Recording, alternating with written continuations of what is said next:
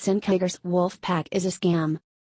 June 7, 2016 /worldview by Matt Forney / Cenk is a leftist political activist and the main host of the progressive talk show The Young Turks. For the past few years, Uygur has also operated Wolf PAC, a political action committee focused on campaign finance reform. I've obtained information that shows that Wolf PAC is a scam that does little to no political work and spends the bulk of its money, in other words, donors' money, on salaries for its employees. Anyone who donates to Wolf PAC is effectively being ripped off. A brief history of Wolf PAC. Cenk announced the creation of Wolf PAC on October 19, 2011 in a video filmed at the Occupy Wall Street protests in New York City, though the paperwork to launch the PAC was actually filed in June 2010, in the wake of the Citizens United v. FEC decision. In the Citizens United case, the Supreme Court ruled that it was unconstitutional to restrict independent political expenditures by unions, corporations and other similar entities, which Uygur and the Young Turks found unacceptable. Uygur billed Wolf PAC as a way to get money out of politics. Its initial goal was a campaign to mount pressure on state legislatures to vote for a constitutional convention, in which the following amendment would be added to the Constitution. Corporations are not people. They have none of the constitutional rights of human beings. Corporations are not allowed to give money to any politician, directly or indirectly. No politician can raise over $100 from any person or entity. All elections must be publicly financed. Since then, Uygur has repeatedly pushed Wolf PAC via the Young Turks and constantly begs his viewers and fans to donate to the PAC. See examples here, and here. The last video is from over the weekend. How Wolf PAC is scamming people. According to a letter sent to the Federal Election Commission on October 17, 2011, 2 days before Cenk announcement, Wolf PAC stated that they intended to only make independent expenditures and did not intend to make direct contributions to federal political candidates. An independent expenditure is a political campaign communication that advocates for the election or defeat of a political candidate but is not made in cooperation with said candidate or any entity associated with them. Wolf PAC. However, here is a pie chart showing the most recent 2-year summary of Wolf PAC's expenditures, according to a report from the FEC. Wolf PAC.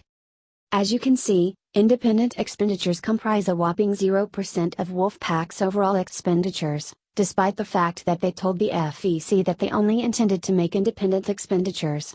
Operating expenditures comprised 88.6%, $378,471, of their overall spending, while other disbursements comprise the remaining 11.4%, $48,657.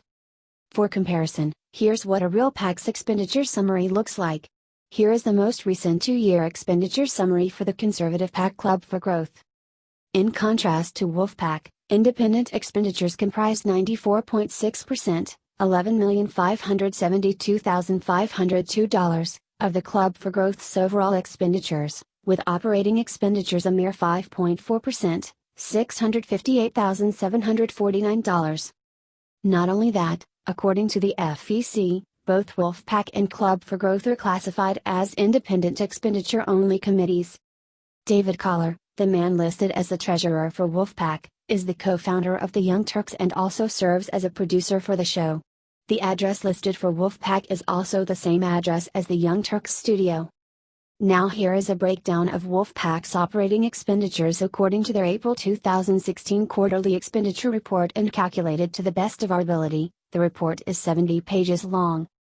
As you can see, Cenk Wolf PAC has spent the vast majority of its donations on payroll, 43.9%, and expenses related to it, payroll taxes, 17.7%, health insurance, 9.1%, and payroll services. Depending on how you define salary, Wolf PAC is spending up to 75% of donor money on paying its employees and 0% on independent expenditures, which are the reason why people are donating to the PAC to begin with. In a further irony, in their letter to the FEC, Wolf PAC cited the FEC v. SpeechNo.org decision as their justification for unlimited fundraising, yet Uygur and the Young Turks have consistently attacked the SpeechNo verdict due to the way it strengthens Citizens United. Most recently, Uygur railed against President Obama's nomination of Merrick Garland to the Supreme Court based on the fact that Garland joined in the SpeechNo decision. It's worth noting that what Uygur and Wolfpack are doing is not actually illegal. Federal campaign finance laws allow PACs and super PACs to spend all of their money on payroll provided they publicly report their expenditures to the FEC. However, what Uygur is doing is extraordinarily unethical, and the way in which he promotes Wolfpack to his fans is dishonest to the core. Any Young Turks listener who donates to Wolfpack under the assumption that they're aiding a political movement is being conned. Cenk, Uygur and the Young Turks are deliberately misleading their fans into contributing to a PAC that spends no money on political activities of any kind. Anyone who has been thinking about donating to Wolfpack should reconsider their decision. Questions for Cenk, Uygur and the Young Turks. Why is Wolfpack filed as an independent expenditure-only committee when it makes no independent expenditures? Why did you cite the FECV? SpeechNote.org case in your letter to the FEC as justifications for taking unlimited donations for Wolfpack when you publicly oppose the SpeechNo verdict? Is this not hypocritical? You claim that you want to push states to call for a constitutional convention in order to pass an amendment to the Constitution amendment that will get money out of politics. Why didn't you just start a regular political organization or nonprofit for this purpose, instead of a PAC? Was it just so you could milk your audience for the maximum amount of money? Thanks to Uygur Leaks for providing me with much of this information. P.S. Cenk Uygur has a reputation for threatening lawsuits against anyone who reports on his political activities. Uygur Leaks had previously sent this information to another writer, but that writer backed out when Uygur threatened to sue him for another anti-Young Turks article he had written.